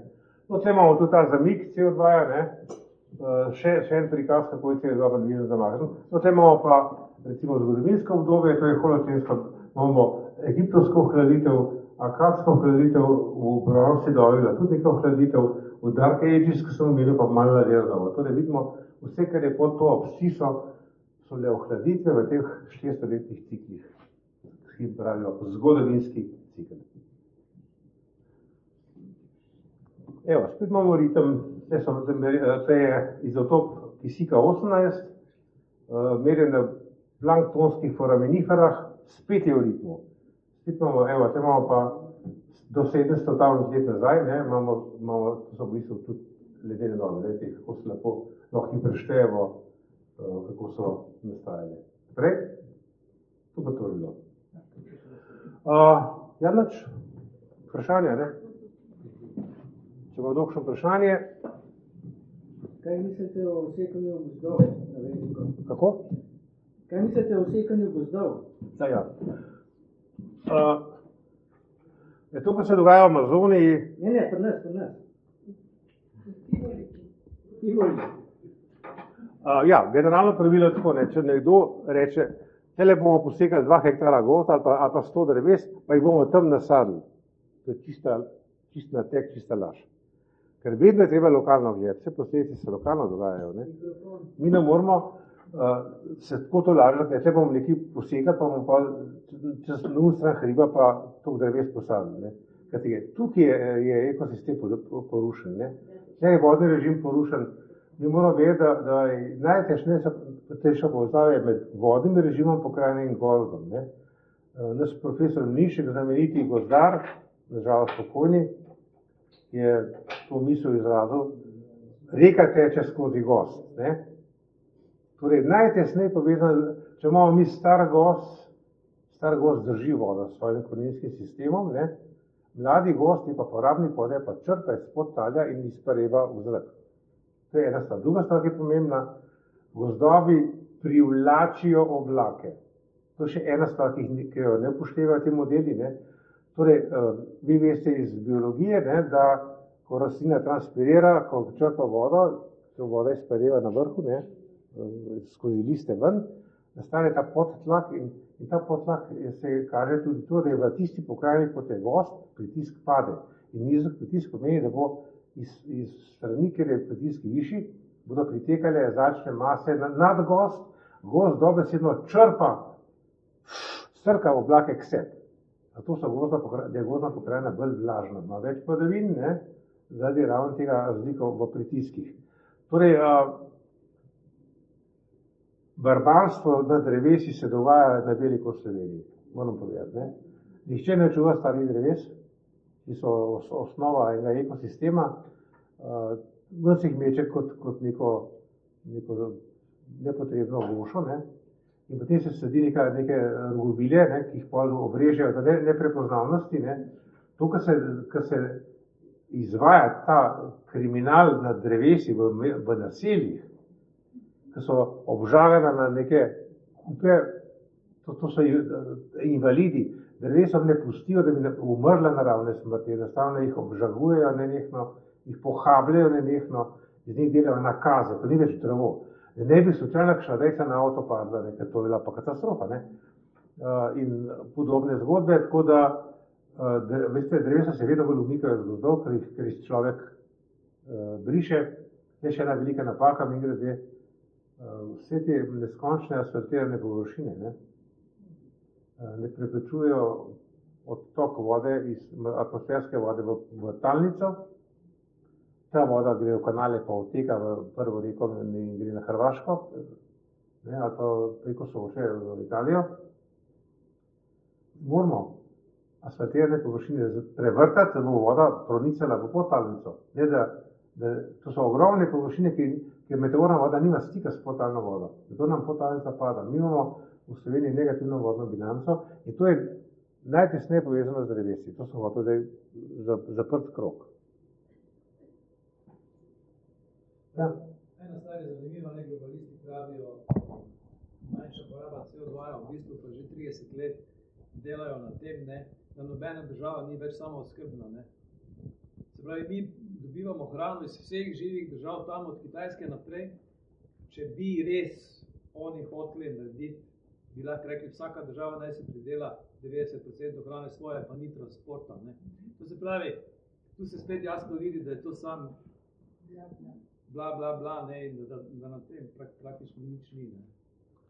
Ne, na tem je to, da smo zdaj videli, ko so bili te lockdowni, da niso smeli delati samo obrtniki in mala podjetja družinska. Ne. Zakaj? Zakaj so lahko korporacije delale? Zakaj so vsi obrati korporativni lahko delali? Jaz se v našem malem mestu spomnim, so bili vsi čeveljarji zaprti, šivilje so bile zaprte, urari so bili zaprti. Vse to, kar so se ljudje samo zaposlovali, ki so imeli svojo dejavnost, od katerih je živela družina ali pa tistih nekaj zaposlenih, vse to je točno udar po lokalni ekonomiji. Uničiti lokalno ekonomijo, uničiti sposobnost ljudi, da se sami preživijo, da se samo zaposlujejo, ne, da vzdržujejo še nekaj ljudi okrog sebe, uničiti lokalno skupnost, to pomeni, da bo potem korporativne verige bodo oskrbovale nas, ki bomo kot kreteni naročali po internetu neko robo, da nam bodo z droni na prh pripeljali. Lepo vas prosim. In iz tega bo tudi sledila prepoved, recimo, bodo prova, se ne bo ratar, ker je že poka sistem. Ne? Zakaj bi popis kokoši pri nas? Ne? Take bedarije. Vse tega se meni držalo, ampak bijo poskus, ne, da ne se parjav kukov do kur. Potem so pa najdel enega laboda, ki mu ptičo gripo lepo vzporo. Pa še enega nekje na Štajerskem, na Češkem so pa 300 tavljeno kuro, eni farmi gotovka, ki sta imeli 2 ptičo gripo. Jaz se spomnim, ko so bili še mediji prosti, ki je bila ptiča gripa kot vaja za to, kar je zdaj COVID bil, leta 2005, znameniti profesor Lanka, ki je bil takrat šef klinike infekcijske v Nemčiji, je mu intervju za televizijo nemško, najbolj gledan program je bil, in ga je novinarka vprašala, kakšno je pa vaše mnenje, kako bo ptičja gripa vplivala na Nemčijo? In rekel, manj otrok bo. Pa rekel, kako manj otrok? Ja, prav štorkle bodo poginile za ptičje gripe. Pa pravi novinarka, čakaj, pa vse vi ste ja profesor, doktor, pa še pa vi klate, da štorkle nose otroke. In rekel, to je ravno tako res kot vaša pravljica o ptičji gripi. Katero možno, ko so bili mediji odprti, ko se je lahko pogovarjalo karkoli, tega danes je nemogoče. Recimo, ko sem jaz prej povedal tisto štorijo, lahko še en vid povem iz COVID-a, za na konc, mož se ponovil, takrat, ko sem imeli celonočno cepljenje, vse veste. Celonočno cepljenje je bilo, to je pa višek norosti. No, paste. In mož se zbudi, takole pošlata, žena kjer. Kje pa je? Svet noči ne ni bilo. In proti jutru se ona vrne, se tako leže k njemu lepo, pa zaspi. In spet zgine, ker se je danilo, nje spet ni. In ta panično kliče prijatelja, pravi, a se tudi svoje tole dogaja, pravi, moja svet noči zgine, zdaj se pa vrne, pa zjutraj spet zgine. In rekel ti, veš kaj je verjetno? Nočno cepljenje. Ja, prav, zakaj pa zjutraj šla? Ja, je šla pa da poživiti ni odmerek.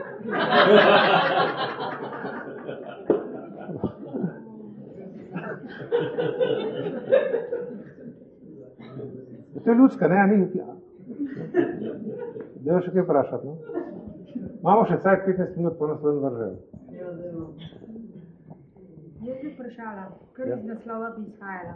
Ledene sveče v rastlinjaku, torej ne. Jih ne bo. Nas bo zeblo ali ne bo vroče, eno in drugo. Ovo je možno. Ja. Čisto lahko vedno je. Temperatura bo šla lahko gor, moram pa nekaj povedati, ker ni bilo čajta vsega, ker to je izjemno obsežna tema in sem mogel prav selekcijo delati. Torej, odkrili so eno novo cirkulacijo v Pacifiku, ki pravijo dekadna oscilacija kroženja teh oceanskih voda. Oceanske vode lahko krožijo v smeri urnega kazalca ali pa v kontrasmeri. Imamo potem plus ali pa minus, kako ima ta clockwise pa kontra-clockwise, kot se reče. In če se vrtijo v tej smeri, ker topla voda, potem, ki prihaja iz južnih krajev oceana, stopi po ledenelo cono na Beringovem prelivu, topla voda, ko to stopi, lahko pride začne topiti arktični led. To se je dogajalo do leta 2008. Potem se je pa cirkulacija obrnila. In ta cikel traja 30 let, to je zdaj odkrito, ni dolgo tega, in ko se ta cikel zavrti v kontrasmer, zakaj je to živ Bog ne ve, tudi zato nima razlage, ko se pa obrne, je pa Bering zaprt, ker je kontrasmer in topla voda ne pride do severa gor in ima kontrasmer in takrat pa led se debeli in trenutno se na Arktiki led debeli, ker je ta cikel obrnen. Torej, od leta 2008, zdaj računimo še 30 let, bo lahko recimo malo hladnej, bolj verjetno. Povedi, kaj bo naprej. Dejstvo pa je, da mislim, da je bolj fajn imeti malo več kurjave za vsega skrb. Ne samo za klime, tudi za teh norcev, ki imajo nevidnega sovražnika v Evropi. Tako, še kaj? Kaj pa to, kar pravijo, da se zdaj na različnih koncih sveta pojavlja, da se živali združujejo, različne vrste živali združujejo, mislim, iste vrste živali, ampak v rojih, v krogih in krožijo. A je to kaj povezano s temi poli, z magnetnim poljem? Ne, nič, prvi slišam, se vročil, ne vem odgovora, res. Nisem še slišal tega. Ja, to...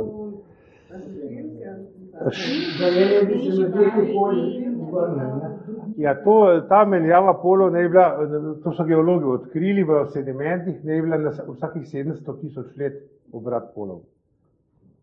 To so geologi odkrili, kajti pri magmatski kamnina, ko lava zbruhne, ko magma teče, se v bistvu te delci, ki so polarizirani, orientirajo sever-jug. In če se pol obrne, so pač tudi te molekule zavrtene. Tako da geologi iz te pozicije vidijo izbrusko magmatskih kamnin, vidijo, v katero smer so bili tega poli naravnani. Tako so nekako ugotovili, da je okrog 700.000 let cikel obrata. Ne, noben ne ve, ker ni podatkov, noben ne ve kaj. Noben ne ve, kaj se zgodi takrat, ne. Bomo videli. A to je čez 12 let. Bomo videli. Čez 12 let smo mrtvi, nimaš kaj. Ja? No, kaj reči? Glede na to, kaj nam WHO pripravlja, dejansko smo pospešili to dogovarjanje okrog nove pogodbe in premaknili z konca maja 24 na konc maja 23 in tudi te COVID klimatske spremembe in vse to je del te zgodbe, s katero želijo na nek način prevzeti popolno avtoritativno vladanje nad zemljanje, nad zemljo. In dejansko prav to je tudi, takrat je v COVID krizi bila zelo grda zloraba medicine, tako bo zelo morda še najbolj grda zloraba medicine v zgodovini človeštva zdaj, ko bo ta nov sporazum WHO vstopil v veljavo. Namreč WHO nikoli ni imel odločevalsko vlogo, ni imel svetovalno vlogo. Zmeraj je do 21 let nazaj bil financiran iz članarin članic, držav članica. To je pa tako, v vse te sfere, ki si jih omenil, je vdrlo dejansko korporativnega kapitala. In vsa ta znanost je dejansko postala v zadnjih predvsem 20 letih žrtev tega korporativnega kapitala. In na nek način zdaj vidimo rezultat vsega tega. Da tudi ta klimatske spremembe, tudi ti poskusi že v zadnjih 20 let ustvariti neko pandemijo, s katero bo ena majhna skupina ljudi prevzela oblast in kontrolo dejansko nad dogajanjem nad ljudmi, se to zdaj dejansko realizira. Namreč WHO ustvarja novo pogodbo, po kateri dobiva popolnoma novo pozicijo, novo funkcijo. Zadnjih 20 let ga je počasi prevzel privatni kapital, več kot 80% je v lasti teh finančnih elit in dejansko ne služi več javnemu dobru, ampak služi dejansko njihovim interesom. Ta pravila nova, ki so zdaj dejansko v nedeljo poslana 15. januarja vsem državam v presojo in bi naj konec maja 23 bila tudi sprejeta, uvaja pravzaprav eno medicinsko diktaturo, medicinsko tiranijo oziroma medicinski fašizem. Zakaj gre? Gre za to, da preko spreminjanja IHR pravil, to je internacionalna zdravstvena pa mednarodna zdravstveni pravilnik, dejansko dobiva WHO oziroma Svetovna zdravstvena organizacija povsem drugačno vlogo, odločevalsko vlogo. Do zdaj je lahko imel samo svetovalno vlogo, torej država se lahko strinjala, izvajala ali pa ne izvajala tisto, kar je WHO predlagal. Zdaj po tej novi pogodbi bo zakonsko obvezujoče, kar pomeni, ko bo WHO razglasil izredno stanje, takrat se postavi kot odločevalec nad pravnim redom države, nad ustavo države, torej postane absolutni gospodar 194 držav na svetu. In problem je v tem, da več po teh novih pravilih ni potrebno upoštevati sploh strokovne argumente, ampak lahko en človek, dejansko predstavnik te oligarhije finančne, odloča o teh ukrepih. Že zadnjih 20 let se delajo spremembe v smeri deregulacije teh pravil na WHO. Te regulacije so nas varovale pred zlorabami do zdaj. Te deregulacije pa zmeraj bolj dajo proste roke upravljalcem tega WHO in zdaj, ko bodo njihove odločitve postale obvezujoče, dejansko določajo lahko karkoli usilijo državam. Tisto, kar je najbolj zaskrbljujoče, da so zaširili tudi diapazon razlogov, v katerih lahko razglasijo izredno stanje. Do zdaj je to bilo samo v primeru epidemije oziroma pandemije. Zdaj po tej novi regulativi je pa lahko razglasijo izredno stanje v primeru seveda epidemije, pandemije, v primeru naravnih nesreč, vojn in to, o čemer si govoril, klimatskih sprememb. Glede na to retoriko, ki jo silijo že 20 let, klimatska sprememba je po njihovem lahko nekaj, za kar bodo takoj lahko razglasili izredno stanje in bo trajalo naslednjih 100 let, torej dokler oni ne opravijo vse, kar je potrebno. Prej je bilo nekako predvideno, da bo šlo po drugi poti ta sprememba in ker so ugotovili, da po tej drugi poti obstaja možnost, da se ljudstvo prebudi in da eventualno zablokira kakšne te njihove želje, so naredili en politični spin in so dejansko decembra 2022 in zdaj januarja prejšnji teden imeli tajne sestanke, na katerih so dokončali ta IHR pravila in to samo za opozorilo, mislim, da je vsem nam jasno, kaj to pomeni. V IHR pravilniku, katerega se mora tudi WHO držati, so črtali tisti del, ki nam je do zdaj zagotavljal, da pri odločitvah morajo spoštovati človeško dostojanstvo, temeljne človekove pravice in svoboščine. Torej, zdaj jim ne bo več treba. Te informacije so po celem svetu cenzurirane. Namen je tako zelo pomembne odločitve prinesti, brez da bi ljudje o tem karkoli vedeli. Zato sem to povedala, ker se mi zdi, da se nekako vseeno navezuje tudi na to tvoje predavanje. Si rekel, zdaj po COVID-u bo še pač ta klimatska histerija. Vse je to del zgodbe tega mega kapitala, ki želi po svoji meri povsem preurediti civilizacijo. Ja, tle so še dve nevarnosti veliki, da nisem do konca povedal. No. Torej, geoinženiring, ne. Vloženih je koliko 180 patentov za spremembo klime, ne. Torej, po moje ena od ocen bo taka, ne, ker pa klime ne moramo več, na CO2 ne moramo več vplivati, ker vse zavoženo, bomo šli z geoinženiringom rešiti planet, kaj itak imamo samo še 12 let življenja, zato je vse dovoljeno. To je ena stvar, ne, druga stvar je pa še nekaj, veste, kaj bo lahko povezovalno. Toplejša klima, topljenje ledenikov, pa permafrosta in sproščanje patogenov, ki odpočivajo. Imamo direkt povezano klimatske spremembe z novo pandemijo, ne. Tu lahko en virus spustijo, ali pa eno bakterijo spustijo, pa rečejo, vse kaj pa prišla iz stopljenega ledenika ven, ki je not spala 200 000 let iz časov mamutov, ne, pa nosorogodlakavih, pa jamskih medvedov. Evo, zdaj imamo pa še ta srajne, zato ker nismo uspeli ukratiti CO2. Lete, to so te špekulacije, ki so lahko res, ne. Ampak, okej, jaz sem zmerno optimist, vedno. Mislim, da upam, da rad ali ne bo. Probali bodo zaostrovati, to je se zadnji zdihljaj velike crkava, probali bodo zaostrovati, mislim, da pa so že zaigrali vse dute in džolije in mislim, da bo na koncu ena ljudstvo zmaga, tirani so vedno zgubili v zgodovini človeštva. Nikoli ni bil en tiran dolg časa. Ne? In glede, jaz pravim takole, pa sem malo privošljiv, ne.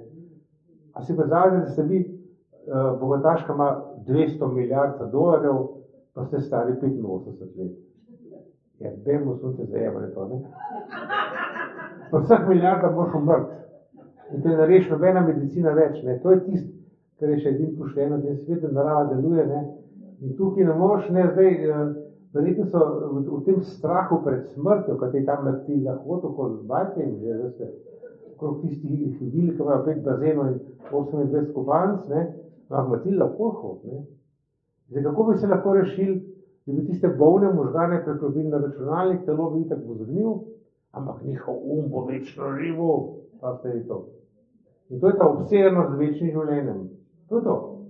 No, se jih bo pobrali slejko prej, tudi če si še 3 srca da zmontirajo not, ali pa nekakšne celice, veliko zarodne, ko to pobrali, bo tudi sistem itak propadaš in bomo mi tu sproščeni. Ne moš malo zdržati. Še teh 12 let. No. Kako? V redu.